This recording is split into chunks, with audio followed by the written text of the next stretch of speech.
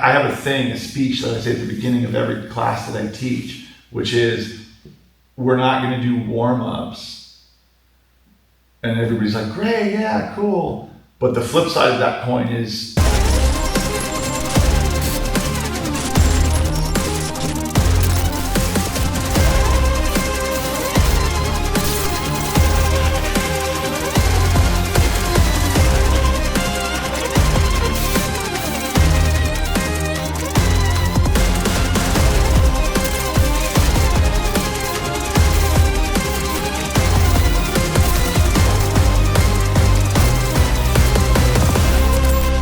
welcome to the Jiu-Jitsu Syndicate, episode 5. Dave McCoy, a native Californian, a warrior, traditionalist, martial artist, Jiu-Jitsu historian, professor, coach, curator, mentor, and Jiu-Jitsu black belt. The real McCoy, Frankenstino. Excellent. thank you, sir. Thanks Wow. for being here. Of course. First question is, how did you get your name, Frankenstino?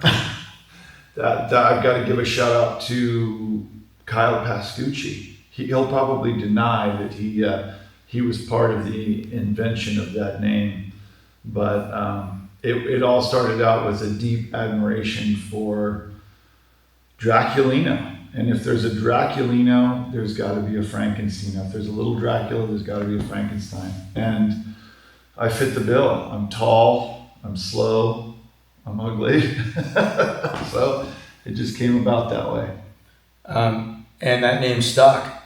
It's stuck, yeah. I think now it's caught on pretty well through my own genius branding skills. I think the name is finally caught on. Yeah. Where did you grow up? I was born in Hollywood, California. I grew up in LA. I moved to San Francisco in my mid-20s with a couple little detours to other parts of the country. But basically LA and San Francisco are where I've done most of my living, yeah. How long have you been training Jiu-Jitsu for? And what other martial arts? So when I was a kid, of course, in like, the late 70s, 80s, karate was everywhere. And I think the reason why I was such a successful kids coach was because back then, the way kids were coached and the way kids were taught is the way I do it now. It's, largely considered, maybe not the most PC way, like they were always hard on me in karate when I was a kid. I went to this crazy karate school that was run by these stuntmen that were freshly home from Vietnam, and they were wild men. And the way they taught us karate was they would show us some moves and then they would just have us fight. I broke my nose, I think, the first time when I was in there, sparring in there. It was full contact craziness. And I think I took that with me into coaching kids. And if you ask a lot of the parents and kids that I coached over the last few years, they would say that, I'm a wild man in there. I push it, yeah. What year was this? Oh, that I was doing karate with those guys? What year did you start? Oh man, so I started karate with those guys probably 1980, maybe 1979. I was a kid, man, and then I loved it, but my childhood was super, super chaotic and filled with all kinds of craziness. So there was never any consistency. So I didn't keep training for more than a couple of years, but it was always in my mind, martial arts and wanting to get back to it. And then I eventually did. I started, training some Krav Maga and some kickboxing, just stuff that you come into, like, when I was late 30s or maybe 40, I started, and then I discovered Jiu-Jitsu when I was about 42. So late start. Late start, way late start, very late. And who are the guys you were training with early on? Early on, so this was in San Francisco, and my first Jiu-Jitsu teacher was a House Gracie black belt named Hanan Silva. Still around. He owns Sunset, Hal Gracie Sunset in San Francisco. Trained with him for, so a little academy opened like on the corner by where I lived, like literally a half a block from my house. I could leave my house 2 minutes before class started and be there on time. And he was the teacher there. But it was a very small academy, and he stopped teaching there after about 6 months. And he went over to Carlos Sapone, who was teaching out in at Ocean Beach. Another Hal Gracie black belt. And he went over there to start working there, and I went with him, and I stayed there from white belt to brown belt in San Francisco, training with all the guys at Ocean Beach and under Sapone, yeah.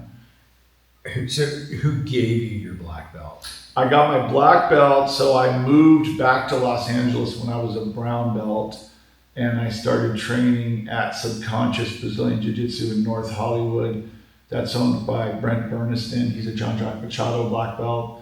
And Nick Gregoriadis also teaches there. He's, pretty well known. Roger Gracie's first black belt. So I went down there and I like training in the morning. So I went to the morning class, and Kyle Pascucci was teaching the morning class. And I did that morning class with him religiously for 2.5 years. And I learned a lot about jiu-jitsu with him. Yeah, just training with him and learning from him. He's really a good black belt and a really good teacher. Yeah. So you've come up through legends that, like, from the West Coast, that all that information really migrated to the East Coast.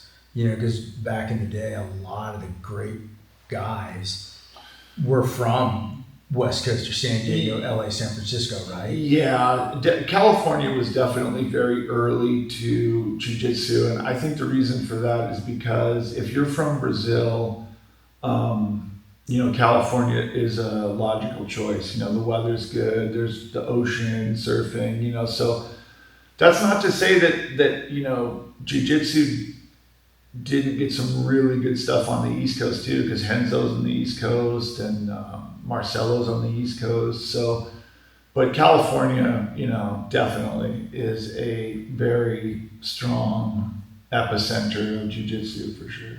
Now, you worked as a cab driver, yeah, a bartender, yeah. You did bouncing security for a Yeah, while. yeah. How did you end up, teaching one? How did you end up teaching Jiu-jitsu? Yeah. And Yeah. what belt were you? So I started, that like we were talking about this today here in the gym.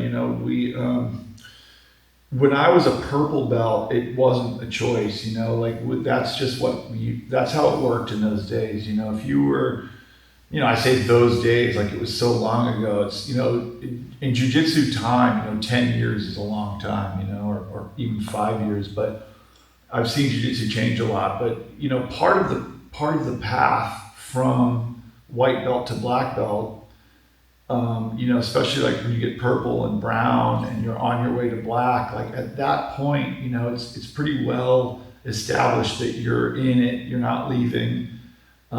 You should pretty much know how things work, and you should start teaching as a purple belt, at least with kids.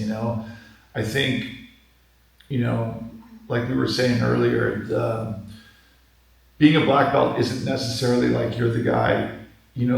I might have a guy who's tapping everybody in the room, but he's not doing anything for jiu-jitsu. Like, he's not helping teach the kids. He's not lifting a finger. He's coming in, training, doing his stuff, and leaving. And that's not the path as far as I'm concerned. Like, jiu-jitsu gives us a lot, and I don't think it's asking a lot for people to contribute to it, and that means, helping around your gym, teaching the kids, helping the kids, mentoring the kids so they become, good jiu-jitsu players and good people, like put them on the path, and the path is not take, at least not as far as I'm concerned. The path is like, I love jiu-jitsu so much, and if you love jiu-jitsu, you want to be around it all the time. And then you can't just train all day, every day, but there's a lot of things you can do all day, every day involving jiu-jitsu, and helping other people is part of that. Subconscious jiu-jitsu is a pretty well-known academy. You led a champion kids team, didn't you? I mean, it was a small kids team, and it kind of came about sort of just, I never set out to establish a kids team, but I can say that I took kids who were interested in competing, but maybe not particularly skilled at it or tough, and I made them tough, and I got them to win. But I did that through learning as much from them as they learned from me. I had never been a kids competition coach, and I fell into the role, and already knew how to teach kids and kind of knew how to teach, and kids are so good. It doesn't take a lot of instruction to get kids to be good. What it takes is a lot of focus of the best way to prepare to compete is to compete. So we would do a lot of that in the gym. I would put them in situations where we were having super fights with kids in the gym with parents and other kids screaming. I wanted it loud in there, because that's the hard part about competing, especially when you're a kid, is all this stuff that's going on. How'd you land the gig at Subconscious? Just started training there, and again, like I said, I was around. I was always in the gym. And when an open mat needed to be run, I would do it. If a class needed to be covered, I would do it. And just by making myself available, that just picked up, and soon I was helping. They had a head kids instructor at that school, but I started out helping him with his classes, and I took over the comp class, and it just grew.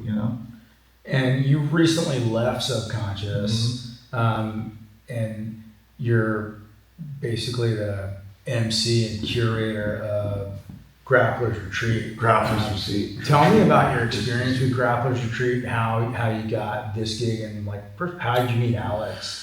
Yeah, Alex, owner operator. So Grapplers Retreat, as you know, you just spent a week here, right? So Grapplers Retreat is a unique experience. Awesome. Yeah, sure. Yeah. So a lot of people don't understand what Grapplers Retreat is. It's what is it? It's camping. People don't really know, because we don't really, there's not a ton of information and advertising about it. If you know, if you get it, if you come to it, you come to it. But it's such a cool experience that I was training at Subconscious, and Nick Gregoriadis invited me to come up. He was teaching here for a week with Budo Jake. And I was like, yeah, man, I want to go. I always wanted to come to Grapplers Retreat, but just hadn't had an opportunity. So I came up with him and met Alex and hung out here and just saw how incredible this place is. Mendocino is unbelievable. Yeah, beautiful. And so Alex invited me back a year later to come up to Wagner's Retreat, and I came up to that. And I think Alex invited me to that because maybe he was thinking about having me up here. Then he asked me when I was here at Wagner's, but I didn't believe it. I was just yeah, cool, whatever. I didn't really believe it. And then he called me a few weeks later and asked me if I wanted to come up for 2025. And I was like, dude, let's go. Yeah. And you're here for this, basically the season, right? Yeah, the season generally runs from end of April or early March until November. And then after that, I'm welcome to stay or, do whatever. I'll probably go travel a little bit or go back to LA and train for a bit, but yeah. What are some of your duties and responsibilities here? There's a lot of upkeep between retreats, a lot goes into putting on the retreats, because it's not like you come here and just pitch a tent and cook food over fire. The food is first class, the accommodations are first class, and the property is 3 acres, so there's a lot of things we do in between. A lot of this is off grid, so we do a lot of upkeep and maintenance around the property, load in stuff, food, and what we need for the retreats. And when the retreats are going on, my job is basically just, like keep the dojo clean, help out with people if they need anything. Yeah, your instructionals today were really great. Your Q&A sessions were really, really good. Yeah. Well, I was just glomming on to Rick Ellis's, stuff, that's what I was talking about. Like I'm always trying to help people if they have some kind of question about jiu-jitsu, So it's about making deposits, man. Yeah, totally. Yeah, for sure. What advice would you give to someone that is starting off in their early 40s? That's not necessarily, that's an older guy. 40s is older, but with like career, kids that, that want to do it necessarily not so much for sports, but sure. Hey, I want to learn self-defense. Yeah. I mean, I've always wondered if I was ever going to get asked this question on a podcast, and because my answer to this is kind of controversial in a little bit, in kind of a way, I guess. So it's always been hard for me to answer this question exactly because I'm not the typical, like older guy doing jiu-jitsu because I don't have a wife and kids. I don't have a mortgage or a very serious job. I kind of made the decision, later in life, that I was just I didn't want to work for people anymore and, to make money and survive. I wanted to do what I wanted to do. And I needed to figure out a way to sort of just make money to do what I love doing. And, I'm poor, but I'm happy. And that's way better, I think, than anything else. So for guys, in their 40s, I started when I was 42. Like, what I would say to them is you're capable of a lot more than you think you're capable of. Don't buy into that story in your brain of like, oh, well, I got to take it easy. I'm 40. I hate that stuff, man, because we're all going to die. You're a doctor, like we're all going to die no matter what we do. And I don't want to be lying on my deathbed and being like, man, I wish I would have done some more jiu-jitsu or, I want to put it out there. I want to compete. I want to train, and I want to train with good people. And, jiu-jitsu is not exactly the safest thing to do, but it's definitely not the most dangerous thing. And human beings tend to quit, way before they have to quit, What's the difference between a dude starting, that same guy or girl in their 40s today versus when your early years of jiu-jitsu in that It was harder then. It was objectively, like, that's not my opinion. It was more difficult then. Why? So because jiu-jitsu has become so popular, there's, people are making money with jiu-jitsu now. Academies are making money, and times have changed. People are not as, I don't even know what the word is I'm looking for. Are people softer? I feel like they are. That doesn't mean that there's not good people out there training. There are, but a lot of the things that were like a normal part of jiu-jitsu then are kind of seen as like, old-fashioned or culty or whatever. Like the gauntlet is a perfect example, right? Like not everybody agrees with that. Not everybody wants to do that. I did it for white belt through brown belt, and I liked it. I think it's cool. I liked it. A lot of people think it's lame, but it was a rite of passage. And back then there wasn't that much money to be made by jiu-jitsu, so you could get kicked out easy. If you weren't pulling your weight, if you weren't training and doing what you were supposed to be doing, like they'd just be like, dude, beat it. Because when you say pulling your weight, sometimes you'll go into an academy and it's like they'll be teaching technique. Guys are working on the technique, and it's like, okay, guys, it's time to roll. I see this a lot these days, and it's like, okay, guys, it's time to roll is optional. And then you get 8 guys, 9 guys sitting on the wall, like chit-chatting, and you got 4 guys rolling. That was not a thing when I started. Like rolling at the end of class, a bunch of rounds, and a lot of times with people you didn't want to roll with because you were going to get absolutely smashed to pieces. it was compulsory. Like that, their class wasn't over until that part was done. And that part wasn't optional.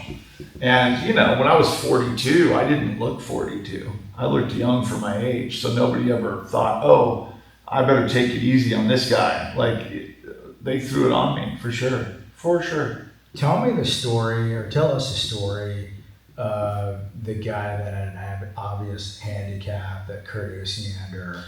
You know, because that's hey, treated fairly. Yeah. You know, but that's hardcore. And do you think that would necessarily fly today? Yeah, I think it would fly today. So Kurt Osiander is a great example of the way that I am in the gym. You know, like, he trained really hard, and he also had a great sense of humor and was funny. You know, like, and I take a lot of that with me when in jiu-jitsu. You know, like, we all learned from. I've met guys in Ireland who are like, man, like, Kurt Osiander changed my life. You know, like, in Europe, like, everywhere, all over the world. You know, if you were involved in jiu-jitsu even 5 years ago, so, you know, we all discovered move of the week. Yeah. It's like everybody loves Kurt because he's awesome. And like, he's a perfect example to me of how to deal with jiu-jitsu. It's hard enough. Like, you don't have to be just like in a bad mood all the time. You can like have fun and crack jokes, but train, you know, like, and train hard. The story you're talking about was told to me. I heard it secondhand from Paul Schreiner. Actually told me this story of a time when a guy, you know, I don't know what was wrong with him. He had a handicap of some sort, cerebral palsy or something, where half of his body didn't work very well. And he went into house, and, you know, they put a gi on him. It was his trial class, and they were doing like arm bar from the guard or whatever. And the guy was having a hard time doing it. And Kurt was just like, you're not getting any special treatment in here. Like, you're going to do what everybody else does. And that's all there is to it. And the dude was upset, you know, like, I think the guy was really shocked to hear that, you know, because people, you know, are always very, you know, like, oh, you know, you're handicapped, let me help you.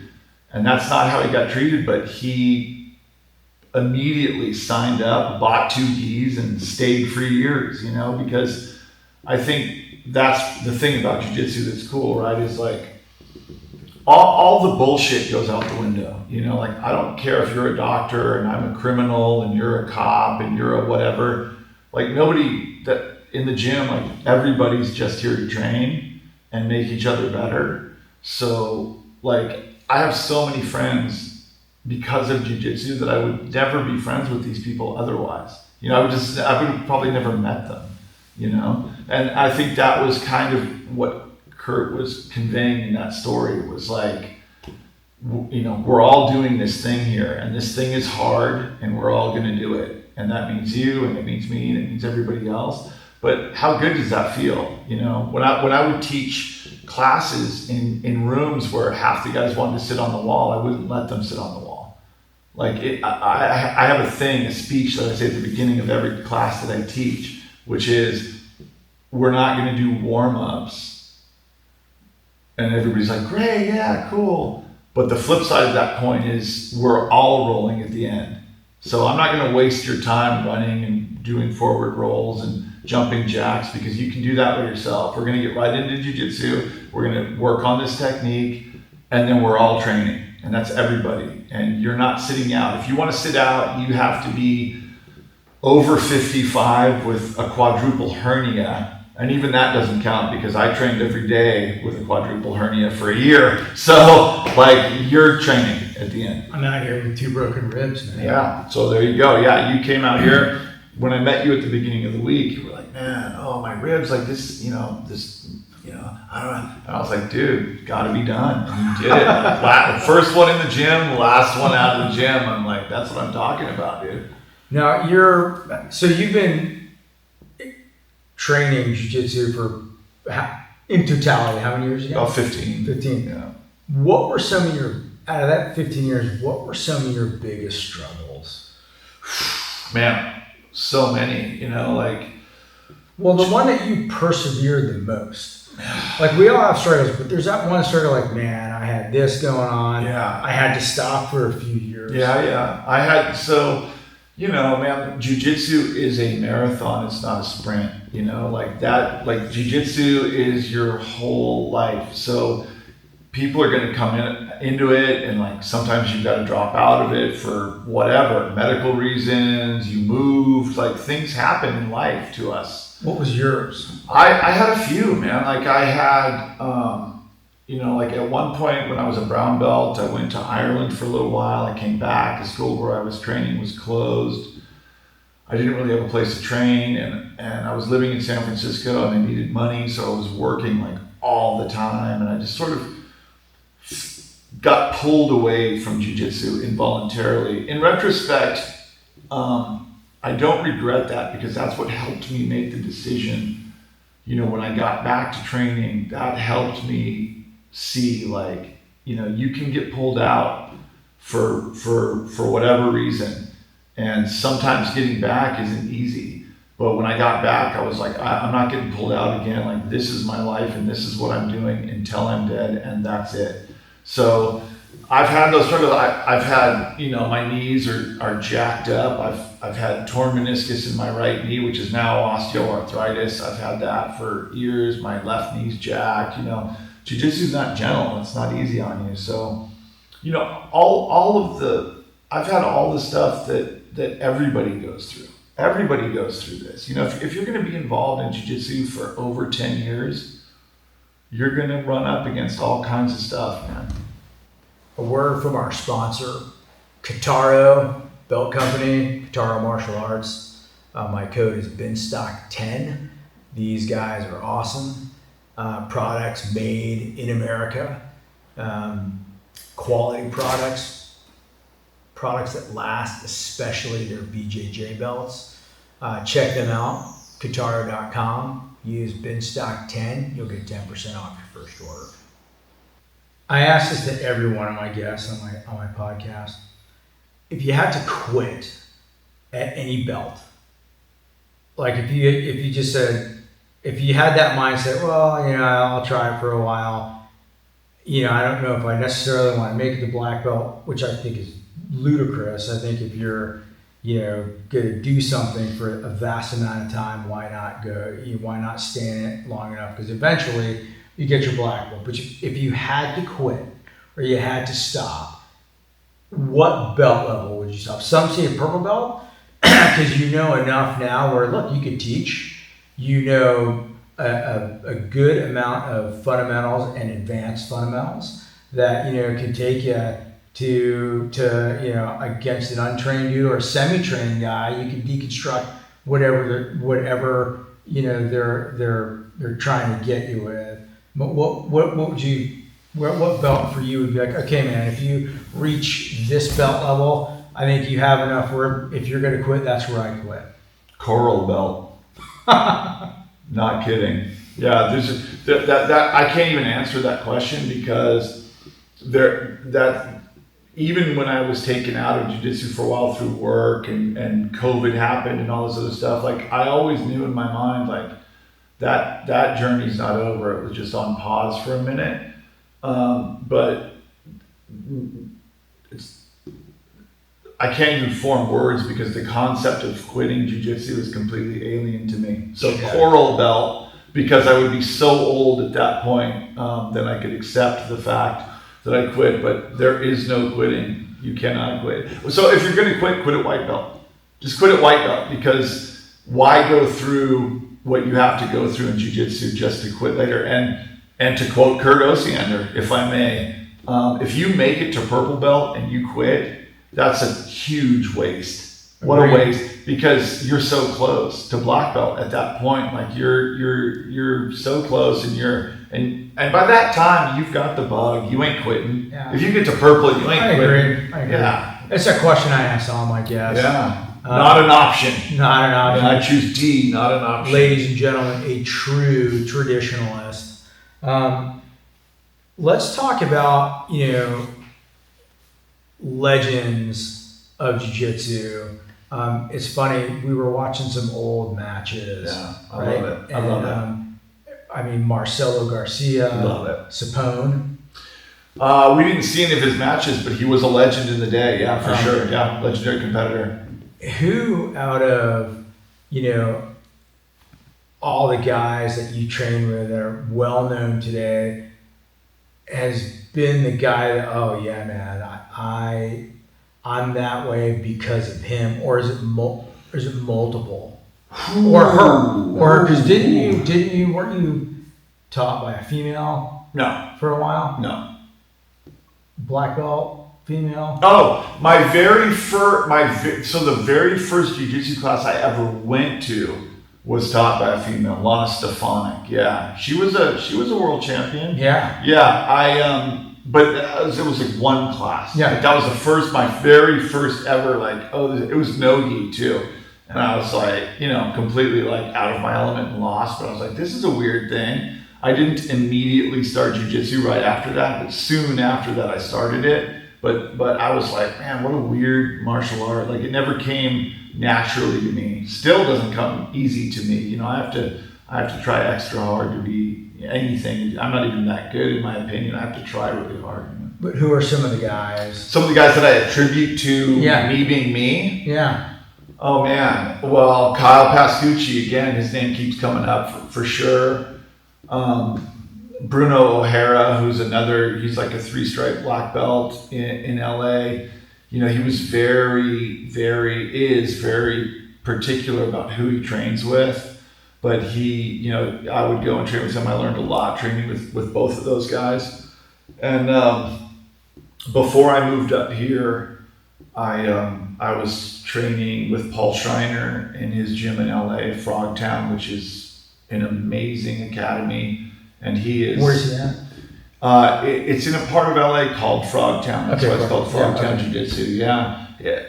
Amazing. Like the academy is amazing, but him as a teacher and as a coach is unlike anything I've ever seen. So I wish I had spent more time there. I wish I had spent more time training with him, but the place hasn't been open that long. If I'd known Schreiner was Schreiner that well, I would have flown to New York sooner and trained with him there. Yeah, he's incredible. But yeah, all of these guys had an influence on me, training partners and teachers. Anand Silva had an influence on me, Sapone, Schreiner, Brent, all of these guys, taught me different things. Like everything I learned from each of them was different. But, I've taken something from all of those guys and from my training partners. I have so many, over the years, I've had so many, good training partners, guys who just kicked my butt. And I've learned a ton from all these guys, What drives you? What drives you to stay on the mats, to core about? What drives you to keep going, be consistent, making deposits? Yeah, so coral belt, I'll never see it because I will never make it to be that old. But what keeps me doing jiu-jitsu? That's a good question. The older you get and the harder you're training, like there's definitely days when I wake up and I'm like, I don't want to do it. I don't want to train. That happens to me more often than not lately. But what pushes me and what drives me is mortality. Like I said, I don't want to. My early life, my childhood and my early years in life, I wasted a lot of years by, just being a wild man, drinking and doing all kinds of crazy shit. And it's time, I think now that pushes me because I want to, when it's all over and I'm out of here, I would hopefully I have influenced or helped other people. That's how I can be remembered, is through former students and kids that I coach. And because I still remember my karate teachers from 1980, they were larger than life characters to me. And they influenced so much of my life, that's what keeps me going is leaving something of myself behind that I can, be happy about. and we're, like I said, we're all going to go. So nobody regrets that they didn't make more money, What's in your tool belt now? Like, what is your, out of all the information and knowledge that you've gotten, that you were like, okay, this I don't need anymore, this I don't need anymore, I'm going to keep this, I'm going to keep this, definitely I'm going to keep this. What's in your repertoire? And what are you hitting a lot on? It's always some kind of choke. It's always, I'm always rotating through chokes. Like if an armbar presents itself, I'll take it, but I'm never looking for it. I'm pretty much always looking for some kind of choke, and I'm fascinated by choking people with the lapel. I'm always looking for new ways to do it. I'm always looking for, when Roger was up here, I'm always asking him about his exact, finishing techniques.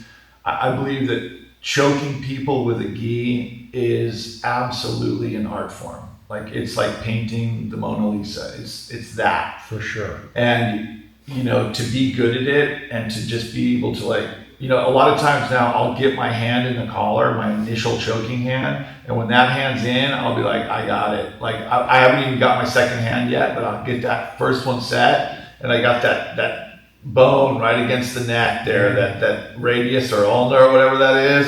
The sword is against the neck, and I just have to chop it off. So yeah, so it's and today when we were rolling in here with a lot of the guys, I'm obsessively looking for chokes, because I believe that chokes are the king, of all submissions, and the king of all chokes is mounted cross collar choke, man. ABC is always be choking. Should always be choking. Now you're a big fan. I got me laughing. You're a big fan of no-gi. Keep it positive. That's funny. Keep it positive. Yeah, I am not a big fan of no-gi, but I'm not a hater of no-gi. A lot of people think I am. The funny thing about no-gi is I always like it when I never want to do it. And then I do it, and I'm like, oh, that was cool, that was fun. And then an hour later, I'm like, man, I don't ever want to do no-gi. So why that is, I don't know exactly. I think it's probably because when I started, there were no no-gi classes where I started. Like, I really didn't train no-gi until I was probably a brown belt, which is weird for people to even hear that at this point, because no-gi's become so popular and it's pretty much in every school now.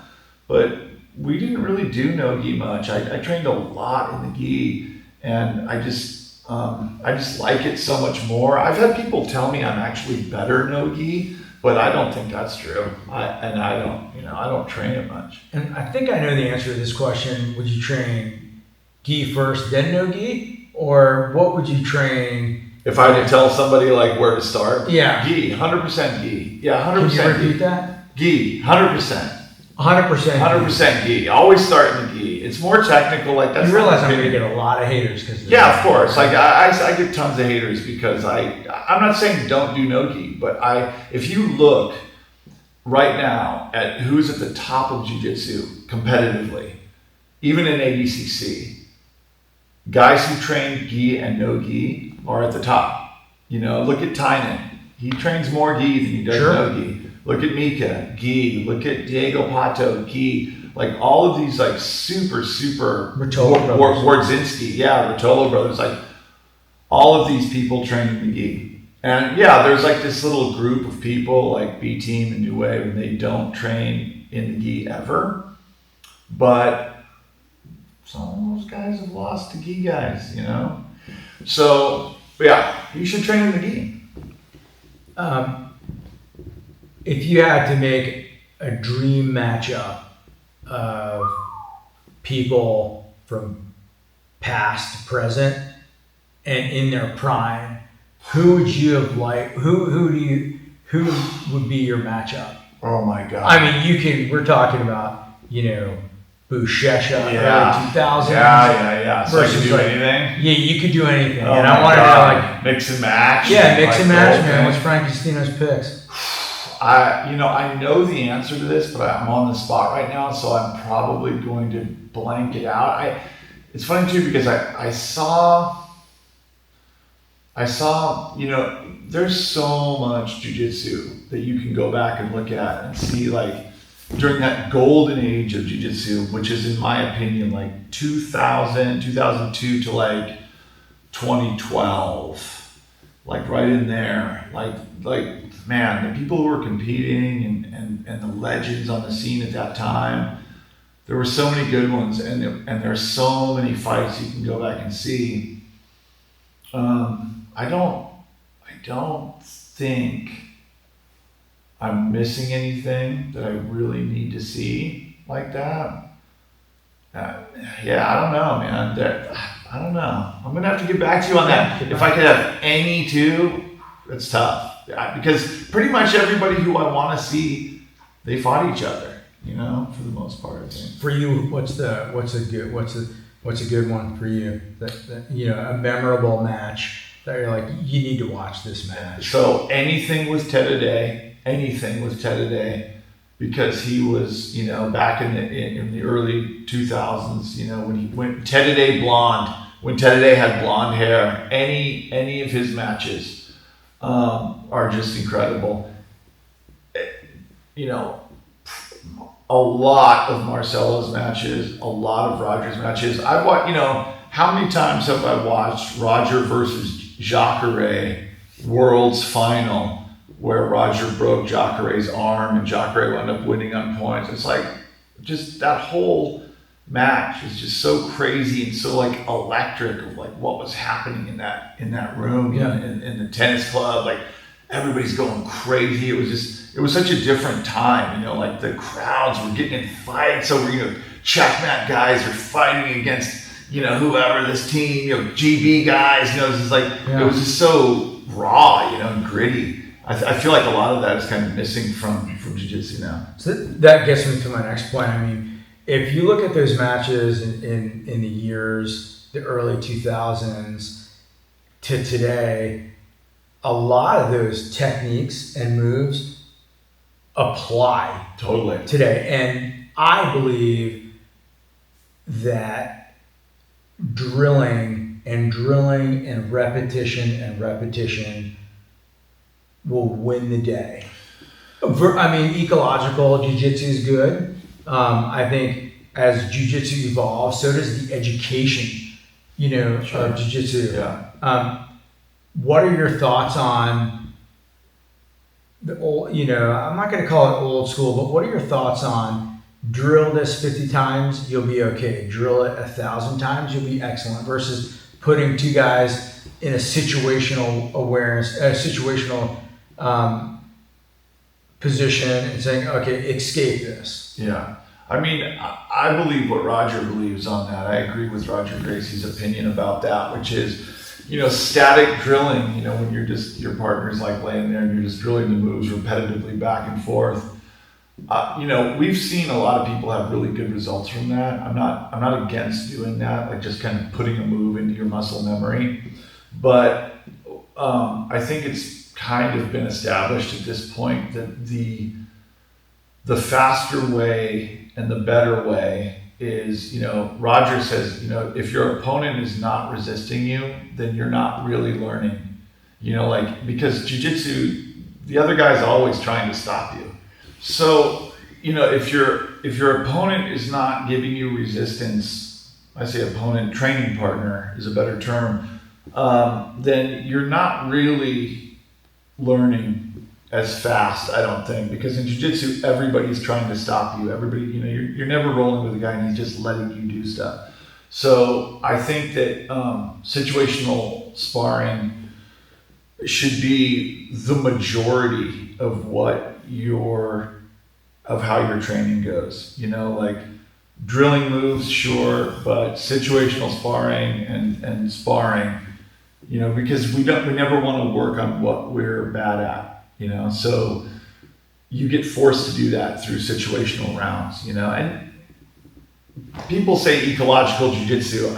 In my opinion, ecological jiu-jitsu is just situational sparring. Yeah. Like that's all it is. So it's like, whatever you want to call it now, when I was a kid on the phone, there was a pound sign. Now it's called a hashtag, so stuff gets new names, but fundamentally it's situational sparring, which is always good for you. You know, like that's always going to help you develop faster, you know, in my opinion. And a lot of people with very good pedigrees agree with that opinion. So yeah, I definitely think that should be the focus of your, you know, and obviously, you know, not blindly, you want to focus your training, you know, around those situations. You know, if you're terrible at getting out of bottom side control, then you should be doing, you know, you're on bottom side control for 5 minutes and then you're on top for 5 minutes. And, you know, like that's, you got to feel it. You got to work those positions, you know, and that's the best way. And I'm a firm believer, you know, Joe Rogan, you got to roll. Because nothing is better than doing it live where you're at some of these guys 99% full on. Yeah. Right? You know, and which I think is good. Because that's how you're going to learn. Yeah. Especially in a situational, you know, scenario.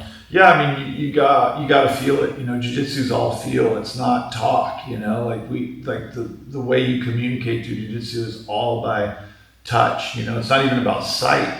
It's not about hearing. You know, it's all about feeling your way through it.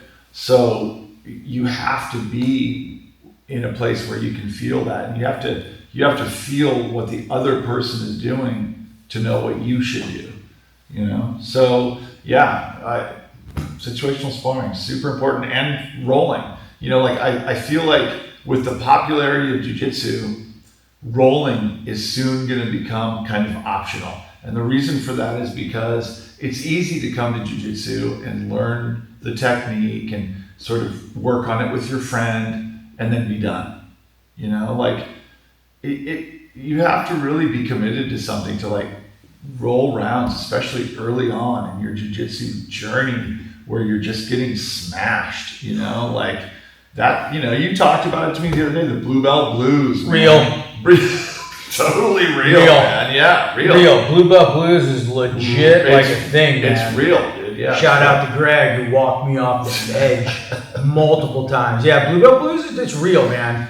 And I think that's why many blue belts quit. 100%. And because white belt can be so miserable that when you get to blue, it's like, I made it out of there. Like I'm out. And like people just are like, I'm good. They walk away with that, you know? And it's like, I never even considered at blue. I was like, holy crap, I'm a black belt and I feel like I just started. So, you know, but I get it. I get the real. Yeah, totally. Sitting in your car crying, real. For sure.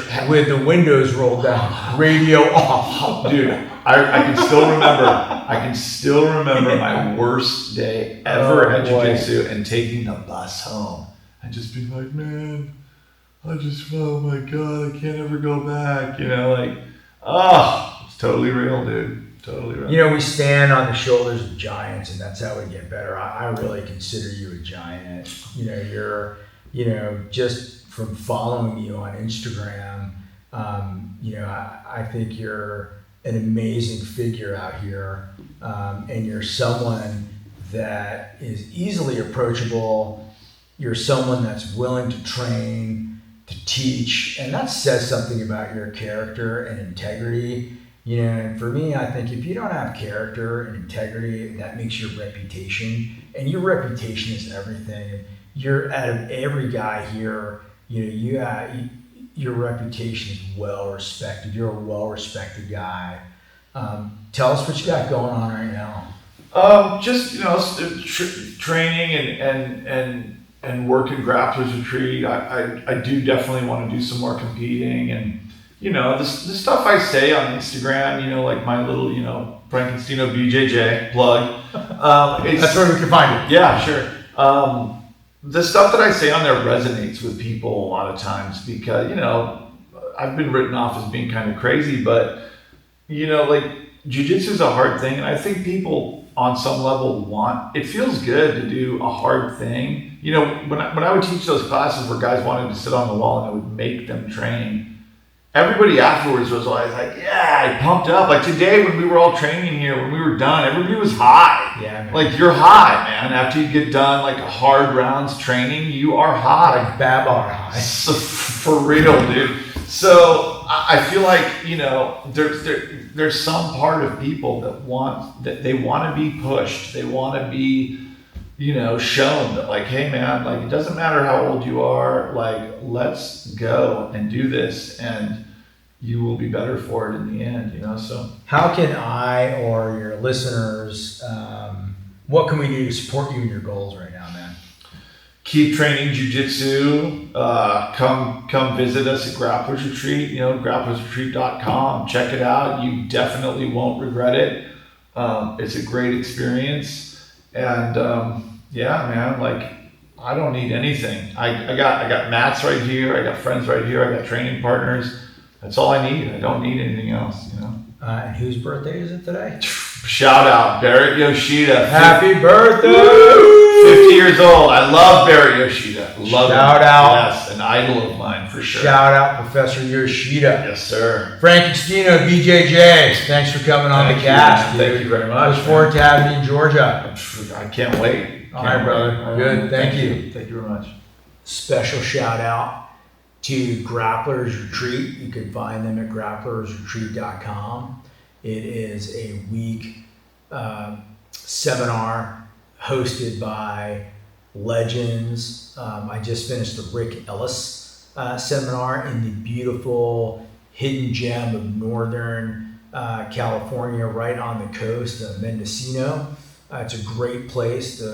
The staff here is excellent. Everything is all inclusive. There's 16 to 18 of us, but it really is a one-on-one session with high-level black belts that are very influential in the world of jiu-jitsu. The owner is a world champion nogi trained by some of the best, professors known to man, really. So thank you, Alex, for letting me use your dojo and being here on location.